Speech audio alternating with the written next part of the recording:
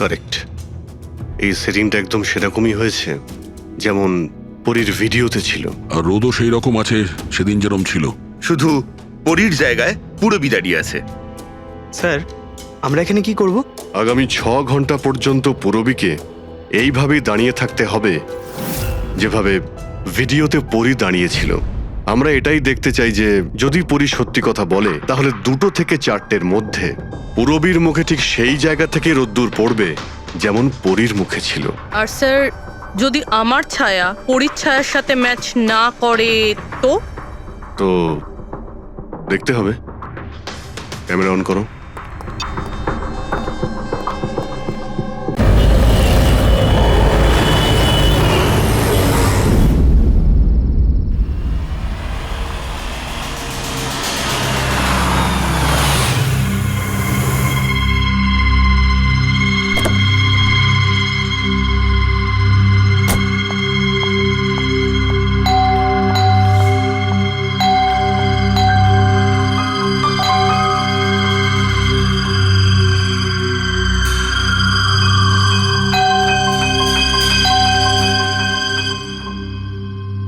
আমাদের পার্টিতে ডেকে নিজে ঘুমিয়ে পড়েনি তো?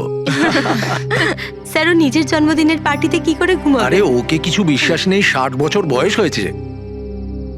সুধীর বাইরে আয় ভাই। হ্যালো, পার্টি আজকেই তো নাকি কাল? হ্যাঁ পার্টি আজই, আই এম শিওর।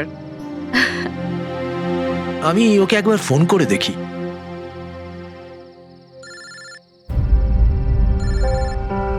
ভেতর থেকেই তো রিং শোনা যাচ্ছে, তাহলে কেউ গেট খুলছে না কেন? তাহলে ভিতর থেকে কেউ দরজা কেন খুলছে না?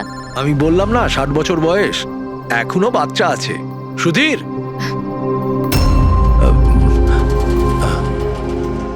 পিছনে জানলার দিকে গিয়ে দেখি। হ্যাঁ হ্যাঁ স্যার চলুন। চলুন ওদিকে।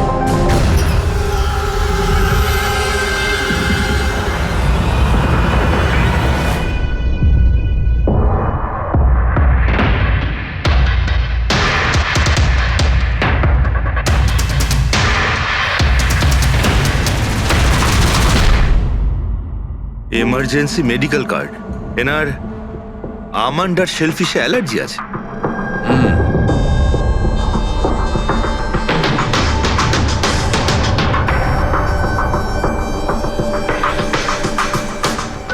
স্যার কেকটাও পুরো খাওয়া হয়নি।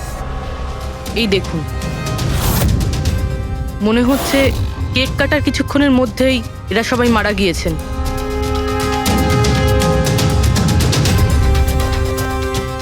হাতাহাতির কোনো চিহ্নই নেই, সোজা গুলি করেছে।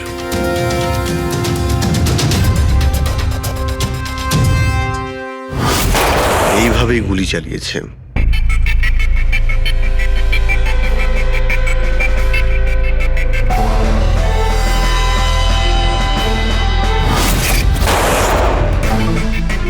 আরেকটা লাশ কোথায়? ভেতরে আছে স্যার।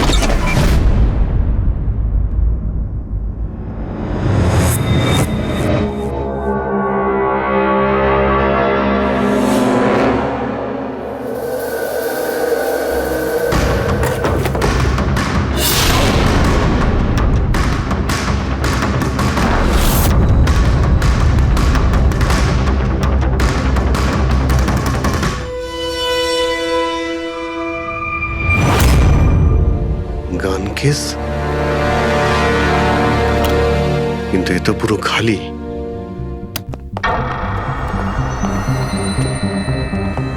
তবে স্যার এই ঘটনা ঘটেছে কতক্ষণ হয়েছে? এই 4 জনের মৃত্যুই কালকে দুপুর 2 থেকে 4টের মধ্যে হয়েছে। এরা কে কিছু জানতে পারলে? হ্যাঁ স্যার, উনি সুধীর বাবু, আর কে উইপস ইন্ডাস্ট্রির চেয়ারম্যান। ওর বড় ছেলে নীল আর এ ওর ছোট ছেলে রিতেশ। আর ভিতরে যে আছে সে সুধীর বাবুর স্ত্রী মায়া। স্যার, নীল আর রিতেশ দুজনেই আর কে উইভস কোম্পানির বোর্ড মেম্বার ছিল, কিন্তু কোম্পানির অবস্থা খুবই খারাপ ছিল, বন্ধ হওয়ার জোগাড়। প্রচুর ধার বাকি হয়ে গেছিল আর বাজারের ধারও মেটাতে পারছিল না, সমস্যা বেড়েই চলেছিল। তাহলে এখানে সেলিব্রেশন কি জন্য হচ্ছিল? স্যার সুধীর বাবুর 60তম জন্মদিন ছিল। বার্থডে সেলিব্রেট করছিল? তাহলে নিশ্চয়ই আরো অনেকে এসেছিল। অফিসের কিছু লোক এসেছিল স্যার, আর ওদেরকে জিজ্ঞাসাবাদ করে ছেড়ে দিয়েছি। এরা সবাই এখানে একসাথে থাকতো কি? না না স্যার, এখানে তো শুধু সুধীরবাবু আর মায়া থাকতেন। সুধীরবাবু নীল আর রিতেশের জন্য আলাদা আলাদা বাংলো কিনে রেখেছিলেন। এরা দুজন ওখানেই থাকতো। আজকে তারা বাবার জন্মদিন পালন করতে এসেছিল। স্যার সন্ধেবেলায় অনেক বড় একটা পার্টি হওয়ার কথা ছিল। কেক কাটার কিছুক্ষণের মধ্যেই সবাই মারা যায়। পার্টি প্ল্যান যারা করেছিল সেই টিমটা এসেছিল, কিন্তু কেউ দরজা খোলেনি দেখে চলে গিয়েছিল। বাস আমার মনে হচ্ছে না যে কেউ বাইরে থেকে এসেছিল। যা কিছু ঘটেছে এই চারজনের মধ্যেই ঘটেছে। কিন্তু বাড়িতে তো কোনো চাকর অবশ্যই থাকবে। আছে তো, চাকর আছে তো, কিন্তু তারা গ্রামে গেছে। সুধীরবাবু শুধু আজকের জন্য একজন সার্ভেন্ট হায়ার করেছিলেন। সে কাল সকালে কাজ করে গেছিল, আর পার্টি শেষ হওয়ার পরে আজকে এসে পরিষ্কার করার কথা ছিল। পার্টি শেষ হওয়ার আগেই সবকিছু শেষ হয়ে গেছে। মনে তো হচ্ছে এটা মার্ডারই। সরি ডক্টর সালুকে, আমার এটা মনে হচ্ছে যে এই চারজন ছাড়াও এখানে আরো একজন ছিল, যে বাইরে থেকে ভেতরে এসেছিল। একটু মন দিয়ে দেখো, এখানে কোনো হাতাহাতির কোনো চিহ্ন নেই, আর প্রত্যেকটা জিনিস নিজের জায়গাতেই আছে। এটা মনে হচ্ছে যে কেউ কেকের মধ্যে কিছু মিশিয়ে দিয়েছিল, যেটা খেয়ে এরা চারজনই অজ্ঞান হয়ে গেছিল। তারপরে ওই 5 নম্বর লোকটা বাড়ির মধ্যে ঢুকলো, এসে সবাইকে গুলি করে দিল। এটা বস 100% মার্ডার। মার্ডার আর সুইসাইডও। আচ্ছা তোমরা তো নিশ্চিতভাবে কি করে বলছো? স্যার এই দেখুন, বাকি 3টে লাশের কাছে স্ট্রাগলের কোনো চিহ্ন মাত্র নেই, শুধুমাত্র সুধীরবাবু ছাড়া। এনার পা ভাঁজ হয়ে রয়েছে, অনেকটা ব্লাডও বেরিয়েছে। আমার মনে হয় যখন ওনার গুলি লাগে তখন উনি বেঁচে ছিলেন। যদি উনিও কেক খেয়ে বাকিদের মতো অজ্ঞান হয়ে থাকতেন, তাহলে ওদের মতোই পড়ে থাকতেন। ইনি প্রথমে 3 জনকে গুলি করেন আর তারপর সুইসাইড করেন, এরকম মনে হচ্ছে। যদি এটাই হয়তো, তাহলে যে বন্দুক দিয়ে গুলি করা হয়েছিল সেটা কোথায়? সেটা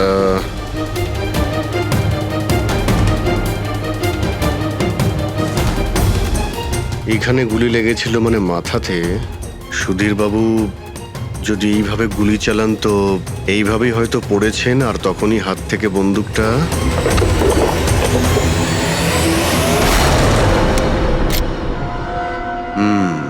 এই হলো বন্দুক। স্যার এই দেখুন, রিতেশের ফোনটা পেলাম। স্যার ও কেক কাটার কিছুক্ষণ পরেই নিজের সোশ্যাল পেজে এই সেলফিটা পোস্ট করেছে। বলছিলাম না, এখানে পঞ্চম ব্যক্তি থাকতেই পারে না। কিন্তু বুঝতে পারছি না কেন, আমার এখনো সন্দেহ আছে। দেখুন, সন্দেহ করা তো আমাদের কাজ। একটা কাজ করে যতগুলো এভিডেন্স আছে, যতগুলো জিনিস আছে, সব বিউরোতে নিয়ে যাই, দেখি এসিপি স্যার কি বলেন। গোলমাল মনে হচ্ছে। বস আমি ওদের পেটের মধ্যে কেকের টুকরো পেয়েছি, ওই যে কেক ওরা খেয়েছিল। ওই কেকের মধ্যে সেনেটিভ মেশানো ছিল, নেশার ওষুধ। সেনেটিভ? 3 জন খেয়েছে আর অজ্ঞান হয়ে গেছে। 4 জনই? না, 3 জন। নীল, রিতেশ আর মায়া, ওদের 3 জনের পেটের মধ্যেই শুধু কেকের টুকরো পাওয়া গেছে। তার মানে সুধীরবাবু ওই কেকটা খাননি? না দয়া, সুধীর শুধু একজনই ছিল যে গুলি চলবার সময় অজ্ঞান হয়নি। কি? সুধীরবাবু নিজের জন্মদিনে এই কেক খাননি? হয়নি, কারণ ওই কেকের মধ্যে বাদাম মেশানো ছিল। কিন্তু স্যার ওনার বাড়ির লোকের তো নিশ্চয়ই জানা আছে যে ওনার বাদাম থেকে অ্যালার্জি ছিল। এক্স্যাক্টলি। তাহলে এই কেক আনলো কেন? অদ্ভুত ব্যাপার।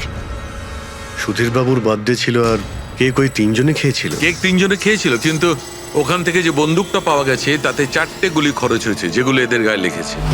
অদ্ভুত ব্যাপার যে ওর ওপর সুধীরের আঙুলের ছাপ আছে। আর ওই বন্দুকটাও তো সুধীরবাবুর নামেই রেজিস্টার করা। তো সুধীরবাবু প্রথমে ওই 3 জনকে গুলি করে আর তারপর নিজে সুইসাইড করে, কিন্তু কেন? ঝামেলা এড়ানোর জন্য। ব্যবসা ডুবে যাচ্ছে, ধার দেনা বেড়ে যাচ্ছে, এই জন্য নিজের সঙ্গে পুরো ফ্যামিলিটাকেই মেরে ফেলে। আর কি কারণ হতে পারে? হ্যাঁ স্যার, তাই তো মনে হচ্ছে। সুধীরবাবু ইচ্ছে করেই ওই বাদামওয়ালা কেক নিয়ে এসেছিল যাতে ওনাকে না খেতে হয়, আর উনি সেনেটিভ মিশিয়ে ওই কেকটা সবাইকে খাইয়ে দেন। আর অজ্ঞান হওয়ার পরে তাদের মেরে ফেলে নিজেও আত্মহত্যা করেন। রবি, ওই রিতেশ যেটা ফটো আপলোড করেছিল না নেটে, সেটা একটু খোলো তো। কটার সময় তুলেছিল এই ফটোটা? স্যার 2:05 আর আপলোড করেছিল? স্যার 2:07। সালুকে একটা কথা বলো, কেক খাওয়ার কতক্ষণ পরে ওরা অজ্ঞান হয়েছিল? 20 থেকে 25 মিনিট। মানে 2:30 না 2:35? আমার মনে হয় ওরা সবাই ওই সময়ই মারা গিয়েছিল, 2:30 থেকে 3:45-এর মধ্যে। মানে সবকিছু ঘটেছে ওই 40 মিনিটের ভেতরেই। 1 মিনিট, ওই দেখো, ওই ছায়াটা কার? ওই শ্যাডো? এই চারজন তো এখানে দাঁড়িয়ে ছিল, তাহলে ছায়া ওখানে গেল কি করে? সেটা ওখানে গিয়েই দেখতে হবে। এই শ্যাডোটা কার ছিল? 2:04 পর্দার পজিশন একদম ঠিক আছে তো? একদম স্যার। পজিশন নিয়ে নি। রেডি? 2:05 ইয়া। আরে এখানে তো কোনো ছায়া দেখতে পাচ্ছি না। তাহলে ওখানে ছায়া কোথা থেকে এলো?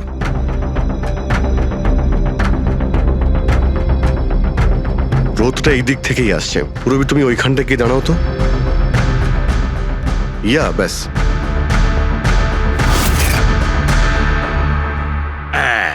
এইখানে ছায়াটা দেখা যাচ্ছে, ঠিক যেমনটা ওখানে ছিল, সেম টু সেম। আমি ঠিকই বলেছিলাম, এখানে কোনো 5 নম্বর লোক ছিল। আর সে ওখানেই দাঁড়িয়েছিল যেখানে আমি দাঁড়িয়েছিলাম। এই সেই লোকটাই হবে যে সুধীরবাবু আর তার পরিবারকে মেরেছে। আর সে আমাদের অলমোস্ট ধোকা দিয়ে দিয়েছিল যে এটা মার্ডার কাম সুইসাইড। আর ওর ছায়াই ওকে ধোকা দিয়ে দিয়েছে। কিন্তু স্যার আমরা এই ছায়ার মাধ্যমে খুনি অবধি পৌঁছবো কি করে? খুনির মেন টার্গেট ছিল সুধীরবাবু, আর সে ওই সময় ওখানেই দাঁড়িয়েছিল। নিশ্চয়ই চেনা জানাই কেউ হবে। কারেক্ট। খোঁজ নিয়ে দেখো সুধীরবাবু পার্টিতে কাদের কাদের ডেকেছিলেন।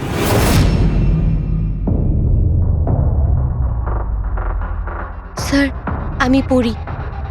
তুমি সুধীরের এক্সিকিউটিভ অ্যাসিস্ট্যান্ট? হ্যাঁ। স্যার, আমি Jahnavi. Marketing head. Yes sir. হ্যাঁ স্যার, আমি জগন্নাথ। আমি কোম্পানির লয়ার। আর সুধীরবাবুর পার্সোনাল লয়ারও। আগে হ্যাঁ, কিন্তু আপনারা আমার কাছে কি জানতে চাইছেন? সুধীরবাবুর কোম্পানিতে প্রায় 300 লোক কাজ করতেন, কিন্তু উনি পার্টিতে শুধু আপনাদের 3 জনকেই ডাকলেন। এরকম কিসের বিশেষ সম্পর্ক ছিল আপনাদের সঙ্গে সুধীরবাবুর? স্যার, আমি আগেও বলেছি যে আমি ওনার এক্সিকিউটিভ অ্যাসিস্ট্যান্ট। তো একজন এক্সিকিউটিভ অফিসারের সঙ্গে এতটা পার্সোনাল রিলেশনশিপ? স্যার, আমি ওনার শুধু কাজই না, বরং ওনার পার্সোনাল লাইফও ম্যানেজ করতাম। আই মিন পার্সোনাল আর প্রফেশনাল দুটোই। আর ওই দিনও আমি পার্টি ম্যানেজ করতে গেছিলাম, সেলিব্রেট করতে না। আর উকিলবাবু আপনি? স্যার, আমি আর সুধীর হলাম ছোটবেলাকার বন্ধু। ওর বার্থডে আর আমি যাব না, এটা কি করে হতে পারে? আর আপনি? আপনাকে কেন ইনভাইট করেছিল সুধীরবাবু পার্টিতে? স্যার, আমাকে সুধীর স্যার না, নীল ইনভাইট করেছিল। আমি আর নীল খুব ভালো বন্ধু ছিলাম। I see. তো আপনি ওনার পুরো শিডিউল ম্যানেজ করতেন। হুম। তো এই বার্থডে পার্টির দিন কেউ কি আসার কথা ছিল? কোনো মিটিং রেখেছিলেন আপনারা? স্যার, ওই দিন ব্যাংক হলিডে ছিল, তার জন্য কোনো মিটিং বা অ্যাপয়েন্টমেন্ট ছিল না। আর ওনার বার্থডে ছিল, তাই উনি পুরো দিন ওনার ফ্যামিলির সাথেই কাটাতে চাইতেন। দুপুর 2টো থেকে 3টের মধ্যে আপনারা কোথায় ছিলেন? স্যার, আমি তো আমার বাড়িতেই ছিলাম, ভ্লগ বানাচ্ছিলাম। ব্লগ? Video blog. আমার একটা ইন্টারনেট চ্যানেল আছে যেখানে আমি ভিডিও বানিয়ে আপলোড করি। স্যার, আমি বাড়িতে ঘুমোচ্ছিলাম, আমার শরীরটা ঠিক ছিল না। স্যার, আমি আমার ফ্যামিলির সাথে ফিল্ম দেখতে গিয়েছিলাম। আচ্ছা, কিছুদিনের মধ্যে সুধীরবাবুর ব্যবহারে কোনো পরিবর্তন দেখেছিলেন আপনারা? হ্যাঁ স্যার, আমি একটা জিনিস নোটিস করেছিলাম। স্যার, আজ থেকে ঠিক 1 মাস আগে আমাদের মিটিং চলছিল।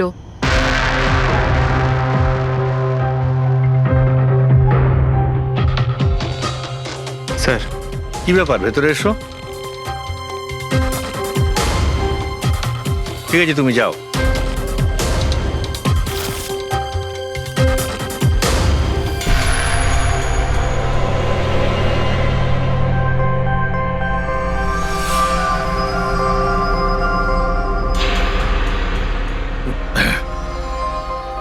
Sorry, gentlemen. Meeting is over. বাচ্চাদের পোশাক? Yes sir. আচ্ছা, আর কিছু নোটিস করেছিলেন আপনারা? কোনো অদ্ভুত কিছু? হ্যাঁ স্যার, এই 2 সপ্তাহ আগে উনি আমাকে বলেছিলেন যে উনি ওনার দলিল চেঞ্জ করতে চান। উইল বদলাতে চাইছেন কেন? জানি না স্যার, ওনার দলিলে 3 জন মানুষের নাম ছিল। একজন ওনার স্ত্রী মায়া, আর 2 জন ওনার ছেলে। কিন্তু উনি চতুর্থ একজনের নাম জুড়তে চাইছিলেন, অ্যাড করতে চাইছিলেন। কি নাম ছিল ওই চতুর্থ জনের? ওনার নাম তো উনি বলেননি। আপনি কি উইলটা বদলেছিলেন? আসলে আমি পেপার সব তৈরি করে দিয়েছিলাম, ব্যাস নাম ভরে ওতে সুধীরকে সই করতে হতো। জানি না কি হলো, হঠাৎ নিজের বার্থডের কিছুদিন আগে ও আমাকে বলল যে দলিল বদলাতে চায় না, ওই পুরনো দলিলটাই থাকবে। ঠিক আছে, এই চতুর্থ ব্যক্তি আবার কোথা থেকে এলো যার নাম সুধীরবাবু নিজের উইলে ইনক্লুড করতে চেয়েছিলেন? সুধীরজির মৃত্যুর এই চতুর্থ জনের সঙ্গে কোনো কানেকশন থাকতে পারে। আমার তো এটাই কিছুতে মাথায় ঢুকছে না। বাচ্চাদের পোশাক কেউ কাউকে কেন পাঠাতে যাবে? বাচ্চাদের জামা কাপড় পাঠানো হয়েছিল, তাহলে ওই এনভেলপটা কোথায় গেল? সুধীরবাবুর রুমটা তো আমরা ভালো করে চেক করেছি, ওখানে তো কিছুই পাইনি আমরা। বাড়িতে নয় তো অফিসে?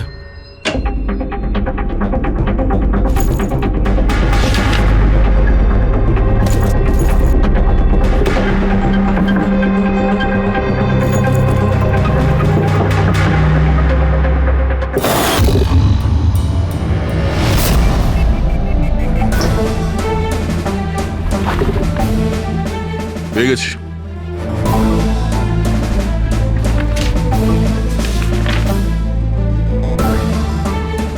আরে এতে তো দেখছি কোনো পোস্টাল স্ট্যাম্প বা যে পাঠিয়েছে তার নামই নেই। তাহলে পার্সেল এখানে পৌঁছলো কি করে? মনে হচ্ছে এই এনভেলপটা সোজা কেউ কোম্পানির পোস্ট বক্সে ঢেলে দিয়েছিল।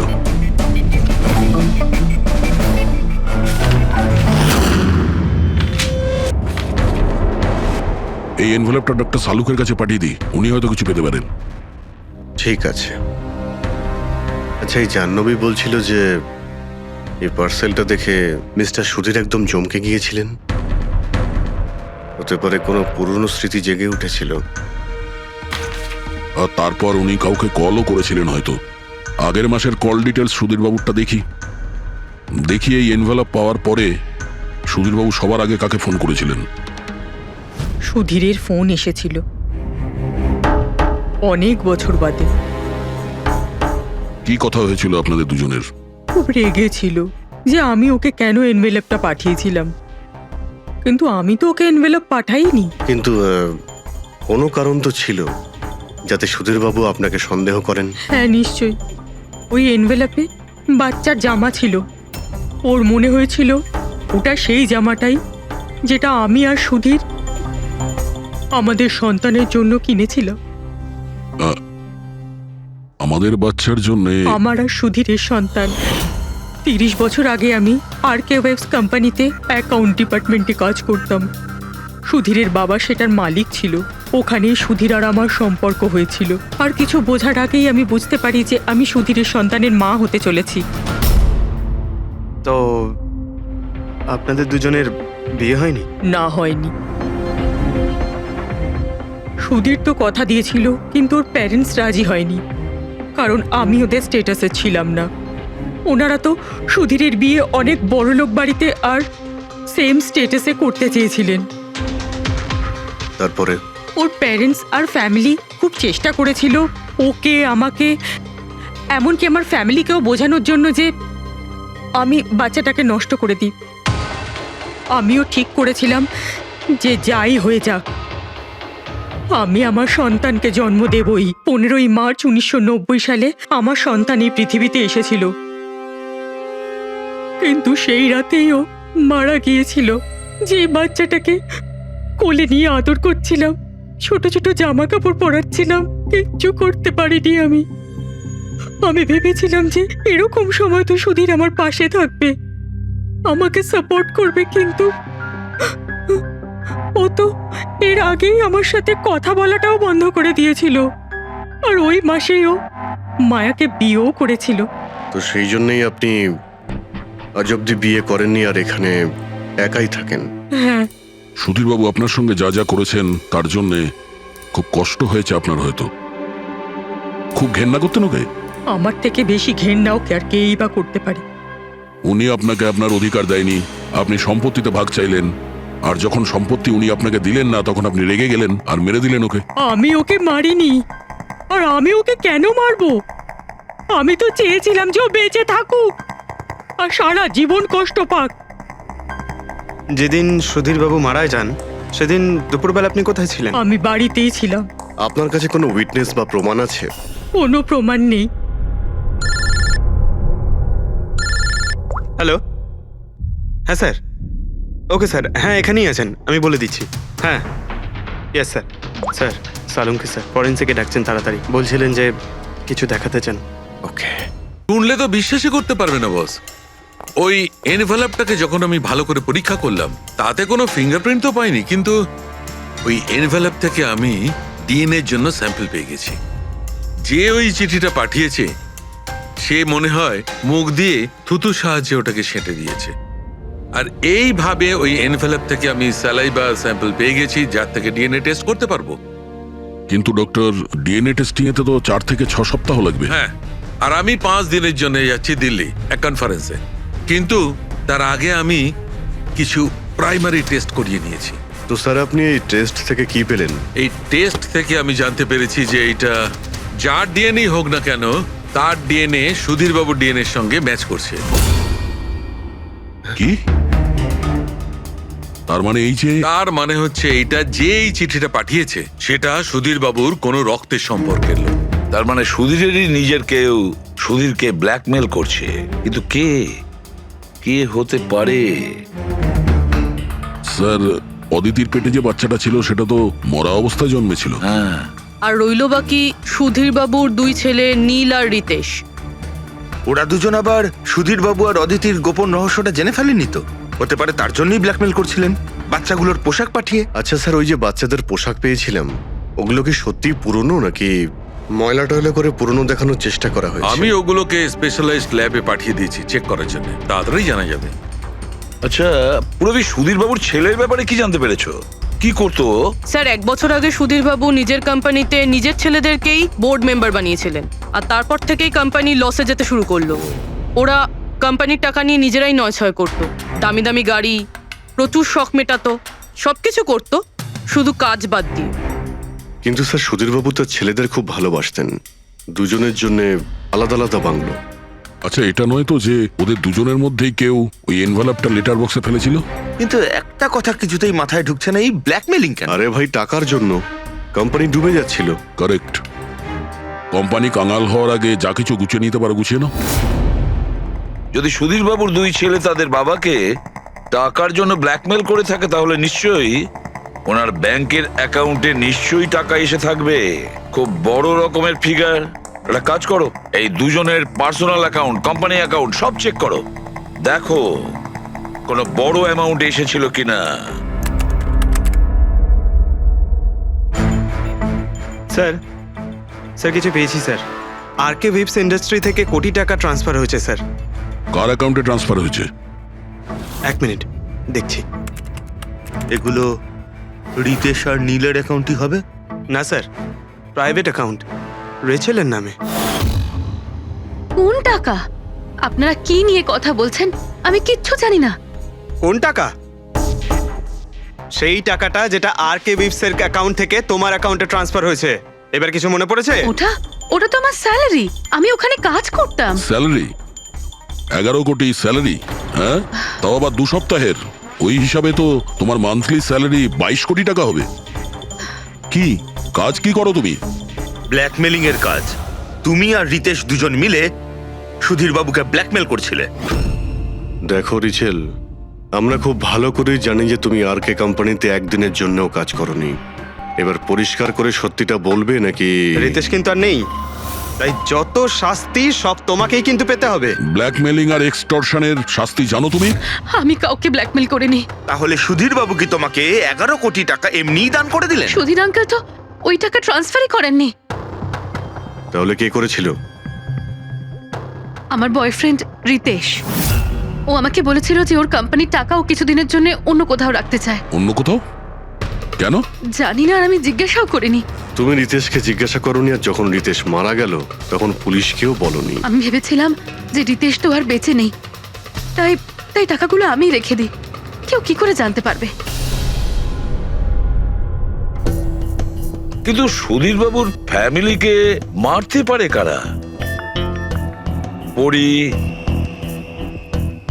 তো ভিডিও বানাচ্ছিল, আর জাহ্নবী অসুস্থ ছিল, আর জগন্নাথ নিজের ফ্যামিলির সঙ্গে ফিল্ম দেখছিল। কিন্তু অদিতির ব্যাপারে আমি কিছুই বুঝতে পারছি না।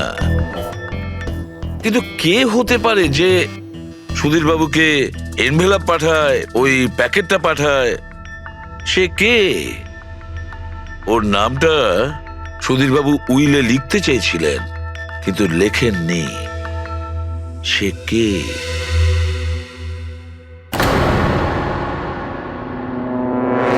প্রেমের দ্বিতীয় কেকটা কোথা থেকে আসলো? হ্যাঁ স্যার, এখানে দুটো কেক। সেটাই তো, যখন বার্থডে ছিল সুধীরবাবু তার নিজের ফ্যামিলির সঙ্গে, ছোট কেকটা কেন কাটতে যাবে যেখানে এত বড় কেকটা রয়েছে এর সামনে? স্যার, যাতে ও রাতে পার্টিতে বড় কেক খেতে পারে। আরে ভাই, সুধীরবাবু কি 18 বছরের বাচ্চা ছিল নাকি যে নিজের বার্থডেতে দুটো কেকের অর্ডার দেবে? স্যার, হতে পারে এই কেকটা ওনাকে কেউ গিফট করেছে, এই কিন্তু বাদামওয়ালা সেটা কেক। তো বক্সে নিয়ে আসবে, আর তার উপরে কেক শপের নামটাও লেখা থাকবে। না স্যার, ওখানে তো আমরা কোনো বক্স পাইনি। ছিল না? হতে পারে কেউ এই কেকটা বাড়িতে বানিয়েছে। সেই জন্যই আমরা ওখানে বক্স পাইনি। কিন্তু এই আমন্ড দেওয়া কেক পাঠালোটাকে? স্যার, হ্যাঁ, স্যার আমি জাহ্নবীর সোশ্যাল প্রোফাইল চেক করছিলাম। স্যার, এখানে ওর অনেক অনেক ছবি আছে যেখানে ও কেক আর পেস্ট্রি বেক করছিল। বেকিং ও খুব পছন্দ করে। হ্যাঁ, আমি বেকিং পছন্দ করি, তাতে কি? তো কিছু না, তুমি বাদামওয়ালা কেক বানিয়েছিলে না সুধীরবাবুর জন্য? আমি যখন জানি যে ওনার বাদামে অ্যালার্জি, তাহলে আমি ওনার জন্য বাদাম কেক কেন বানাবো? কারণ তুমি চাইছিলে যে উনি কেকটা না খান, যদি খেতে অজ্ঞান হয়ে যেত না। আর তুমি চাইতে যখন তুমি ওকে মারবে তখন যেন ওর জ্ঞান থাকে, কষ্ট পায় তোমার সামনে, প্রাণ ভিক্ষা করে, তাই না? আরে আমি সুধীর আঙ্কেলকে কেন মারবো? তুমি কেকের মধ্যে সেনেটিভ মেশাওনি রিতেশ, নীল আর মায়াকে মারার জন্য? আপনারা এইসব কি বলছেন বলুন তো? ব্যাস ব্যাস, অনেক হয়েছে। তুমি বলেছিলে না যে ওই দিন তুমি অসুস্থ ছিলে আর বাড়িতেই ছিলে? কোথাও তুমি যাওনি। তুমি পার্টিতে কিভাবে গিয়েছিলে কিনা পার্টিতে? আমি সত্যি 2-3টে পর্যন্ত ঘুমিয়েছিলাম। তারপর ঘুম থেকে ওঠার পর আমার মনে হলো যে আমি একটু বেটার ফিল করছি, আর তাই আমি পার্টিতে চলে যাই। এতে আমার কি অন্যায়? তুমি যদি রাত 2টা থেকে 3টে অবধি সত্যিই ঘুমিয়েছিলে, তাহলে 2:30টার সময় যখন সুধীরবাবু মারা যান, তখন তোমার মোবাইল ওনার ঘরের সামনে গেল কি করে? দেখো জাহ্নবী, মিথ্যে বলে কোনো লাভ নেই। আমরা তোমার মোবাইলের রেকর্ড চেক করে দেখেছি। যে সময় সুধীরবাবু মারা যান সেই সময় তোমার ফোনের লোকেশন ওনার বাড়ির কাছেই ছিল। এবার সত্যি বলবে নাকি আরো টাইম ওয়েস্ট করতে চাও? আমি আর নীল একে অপরকে ভালোবাসতাম।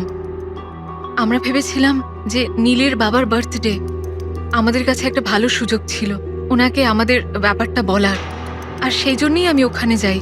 ওখানে গিয়ে নীলকে অনেকবার কল করি, প্রায় 1 ঘন্টা ওখানে ছিলাম আমি, কিন্তু নীলের কোনো কল আসেনি। আমি ভেবেছিলাম নীল হয়তো সময় পাচ্ছে না আমাকে কল করার। মিথ্যে কথা। তোমার মনে হয়েছিল নীল তোমাকে ঠকাচ্ছে, সেই কারণে তুমি ওকে আর ওর পুরো ফ্যামিলিকে মেরে দিয়েছো। এই আপনারা কি বলছেন বলুন তো? আমি বেকিং করতে ভালোবাসি, তার মানে তো এটা নয় যে খুনটা আমি করেছি। ইন্টারনেটে রেসিপি দেখে তো যে কেউ কেক বানিয়ে ফেলতে পারে। কেক বানানো কি এমন কঠিন কাজ? আর রিতেশের গার্লফ্রেন্ড রেচেল, ও তো বেকিং করে। আপনারা ওকে কি কেন কিছু জিজ্ঞেস করছেন না? সবাইকে জিজ্ঞেস করবো আমরা। ডাকো সবাইকে। ভীষণ ইন্টারেস্টিং কেস এটা। এরকম খুব কম হয় যে এতজনের কাছে একটা লোকের প্রাণ নেওয়ার জন্য সুযোগও আছে আর মোটিভও আছে। আপনারা আবার? আরে স্যার, আমি কেন মারবো ওনাকে? আপনি নীলকে বিয়ে করতে চেয়েছিলেন, ওর ফ্যামিলির লোকেরা রাজি হয়নি। এ তো খুব বড় একটা কারণ খুন করার। আর সুধীরবাবুর ফ্যামিলির জন্য আত্মমর্যাদা, সোশ্যাল স্ট্যাটাস অনেক গুরুত্বপূর্ণ ব্যাপার ছিল। এর সবচেয়ে বড় এক্সাম্পল অদিতি দেবী। আর সুধীরবাবু এই নিজের সম্পত্তি আর স্ট্যাটাসের জন্য আপনার জীবন নষ্ট করে দিয়েছেন। তাহলে আপনার থেকে বেশি ঘৃণা আর কে করতে পারে? আমার কাছে পয়সার কোনো মূল্য নেই, আর না কোনো বিষয়ে রিগ্রেট। আফসোস তো তোমার হওয়ার কথা রাচেল। এখানে তো 5,000 টাকার জন্য মানুষকে খুন করে, আর তুমি তো বসে বসে 11 কোটি টাকা পেয়েছো। আর আপনি? আপনার হাতে তো সুধীরবাবু তার লাইফের রিমোট কন্ট্রোল দিয়ে দিয়েছিল। আপনি সবই জানতেন ওনার ব্যাপারে। এটাও জানতেন যে উনি ওনার গানটা কোথায় রাখেন। দেখুন, আপনাদের যা ইচ্ছে বলতে পারেন। আমি আপনাকে আগেও বলেছিলাম যে আমি সেদিন ঘরে ভিডিও ব্লগ বানাচ্ছিলাম। চাইলে আমার ফোনও চেক করতে পারেন। হ্যাঁ হ্যাঁ, নিশ্চয়ই। ওই দেখি, জানা তো যাবে কিভাবে ভিডিও ব্লগ বানানো যায়।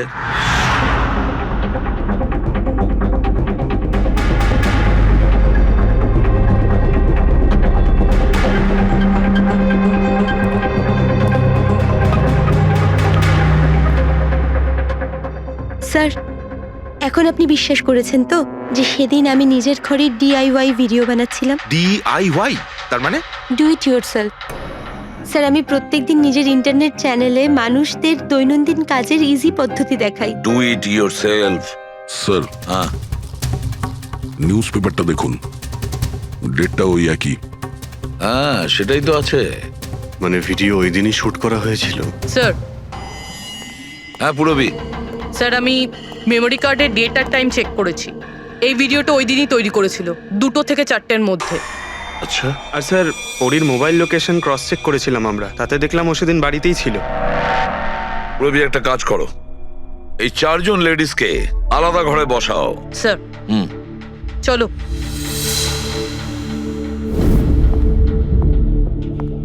স্যার, কি ভাবছেন আপনি? সমস্ত প্রমাণ তো ওর পক্ষেই দেখছি। এই কেসটা তো আমি অন্ধকারে ডুবে যেতে দেখছি। ঠিক একটা কথা তো পরিষ্কার, যখন অন্ধকার হয় তখন কোনো ছায়া পড়ে না, কিন্তু আমার মনে হয় এই পুরো কেসটাই ছায়ারই খেলা। সানডাইল জানো তো? সানডাইল এই জিনিসটা আসলে সূর্যের আলো কোন দিকে যায় সেই অনুযায়ী টাইমটা দেখায়। হ্যাঁ, সানডাইল এমন একটা জিনিস যেটা থেকে আমরা আকাশের সূর্যের পজিশনটা বুঝতে পারি, যেটা থেকে আমরা সময়টা আন্দাজ করতে পারি। এবার দেখো, আমাদের পৃথিবী ঘুরতে থাকে আর সেই জন্য সূর্যের অ্যাঙ্গেলটাও বদলে যায়, যেটার কারণে সানডাইলে ছায়ার পজিশনটা বদলাতে থাকে। এটা তো মাথায় ঢুকে গেছে স্যার, কিন্তু এটার এই কেসটার সাথে কি সম্পর্ক বলুন এর তো? সঙ্গে সম্পর্ক আছে ফেডরিক। পরি, এই পুরো প্রমাণগুলোই আমরা পরীর কাছ থেকে কালেক্ট করেছি। পরি সে এমন একজন কেউ পুরো এভিডেন্স গুলো ম্যানিপুলেট করতে পারে, মেমোরি কার্ডের ডেটটাও চেঞ্জ করতে পারে, পুরো এভিডেন্সেস কন্ট্রোল করতে পারে, কিন্তু সূর্যকে কন্ট্রোল পরি করতে পারে না। ভুলে যেও না যে সূর্য কোনো সময়ই ভুল সময় সে দেয় না। তার মানে পরী ভিডিওতে ডেট আর টাইম দুটোই চেঞ্জ করে দিয়েছে। হয়তো চেঞ্জ করেছে বা করেনি, কিন্তু এখন আমরা এই ছায়াকে প্রশ্ন করব যে পরি সত্যি বলেছে না মিথ্যে বলেছে। কারেক্ট, এই সেটিংটা একদম সেরকমই হয়েছে যেমন পরীর ভিডিওতে ছিল। আর রোদও সেই রকম আছে সেদিন যেরকম ছিল। শুধু পরীর জায়গায় পুরবি দাঁড়িয়ে আছে। স্যার আমরা এখানে কি করব? আগামী 6 ঘন্টা পর্যন্ত পুরবীকে এইভাবেই দাঁড়িয়ে থাকতে হবে যেভাবে ভিডিওতে পরী দাঁড়িয়েছিল। আমরা এটাই দেখতে চাই যে যদি পরী সত্যি কথা বলে তাহলে 2টো থেকে 4টের মধ্যে পুরবীর মুখে ঠিক সেই জায়গা থেকে রোদ্দুর পড়বে যেমন পরীর মুখে ছিল। আর স্যার যদি আমার ছায়া পরীর ছায়ার সাথে ম্যাচ না করে তো? তো দেখতে হবে। ক্যামেরা অন করো।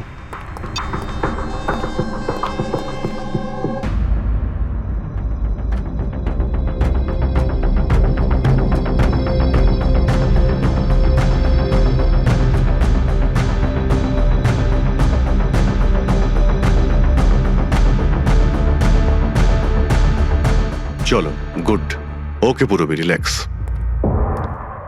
আচ্ছা কি আছে এই ভিডিওতে? আরে দেখতে দাও ভাই।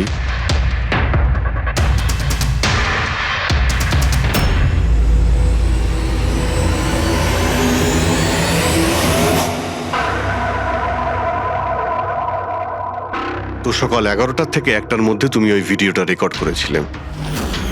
আর তুমি খুব চালাকির সাথে ভিডিও ডেট আর টাইম চেঞ্জ করে দিয়েছো। মেমোরি কার্ডের ডেট আর টাইম বদলে দিয়েছিলে, নিজের মোবাইল ফোনটা বাড়িতে রেখে দিয়েছিলে যাতে আমরা ওখানকার লোকেশন পাই। তুমি কি মনে করেছিলে এসব করার ফলে আমরা বোকা হয়ে যাব? হ্যাঁ, না তুমি আমাদেরকে বোকা বানাতে পারলে, না আকাশে ওঠা সূর্যকে। তোমার ভিডিওতে রোডের ডিরেকশন দেখে স্পষ্টই বোঝা যাচ্ছে ওই ভিডিওটা 11টা থেকে 1টার মধ্যে শুট করা হয়েছে। চেষ্টাটা ভালোই করেছিলেন, কিন্তু রিসার্চ ওয়ার্কটা একটু দরকার ছিল। পরি, তোমার ব্যাপারে আমরা সব কিছু জেনে গেছি। পড়ি, আমাদের হয়তো ম্যাক্সিমাম 4 সপ্তাহ সময় লাগবে তোমার ডিএনএ টেস্ট করে এটা প্রমাণ করতে যে তুমি সুধীর বাবুর মেয়ে, কিন্তু তাতে সত্যিটা বদলে যাবে না।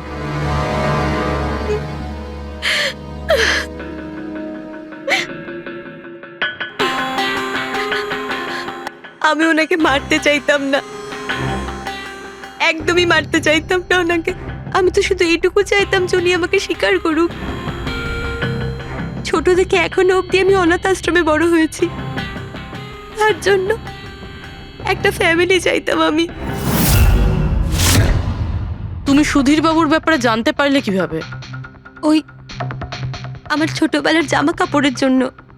ওই জামা কাপড়ে হসপিটালের কার্ড ছিল, উনি ওটা বের করতে ভুলে গেছিলেন। ওই কার্ডে বাবার নাম্বারও ছিল।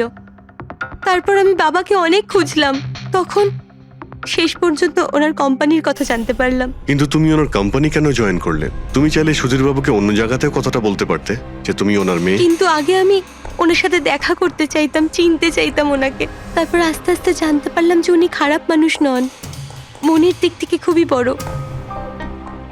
তখন আমি ভাবলাম যে হয়তো ওই সময় ওনার অবস্থা খুব খারাপ ছিল, তাই অনাথ আশ্রমে দিয়েছিল আমাকে। কিন্তু এখন তো ওনার খুব ভালো অবস্থা, এখন তো উনি আমায় আপন করতে পারতেন। তাহলে ওনার সঙ্গে দেখা হতে না হতেই প্রপার্টিতে ভাগ কেন চাইলে?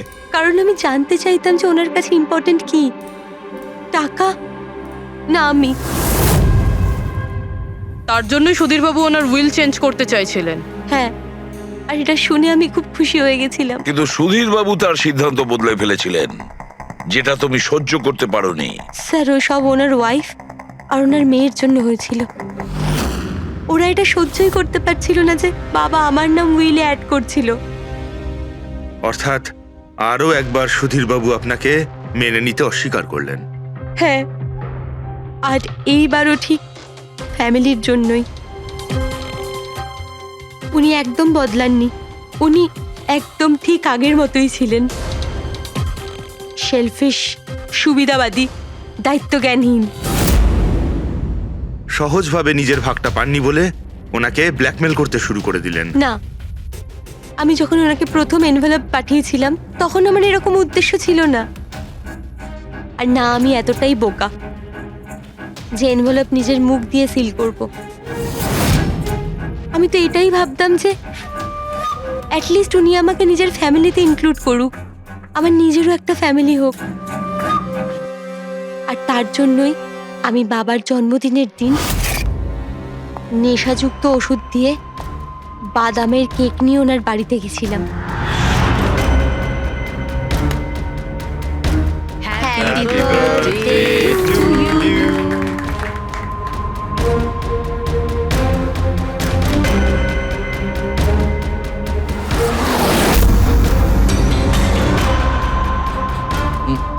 আমার অ্যালার্জি আছে।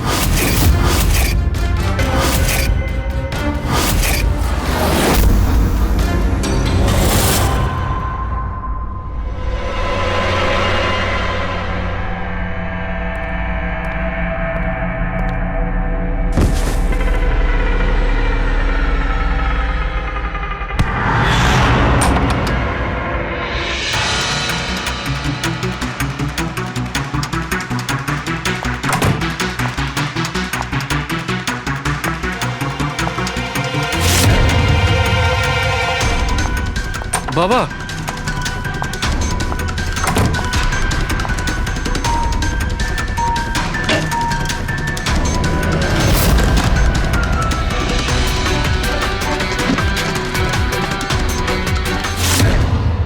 তুমি সুধীরবাবুর পুরো ফ্যামিলিকে মারতে চেয়েছিলে না?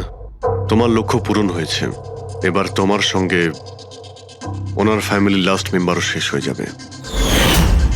জেল যাওয়ার আগে আমরা তোমার সঙ্গে কারোর সঙ্গে দেখা করিয়ে দিতে চাই।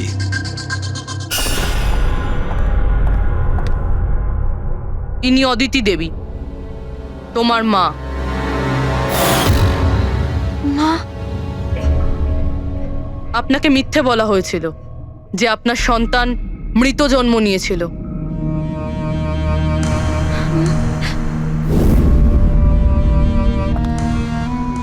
মা,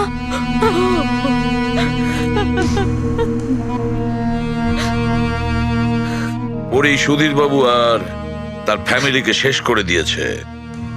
আমরা দুঃখিত, আপনারা দুজন আবার বিচ্ছিন্ন হয়ে যাচ্ছেন।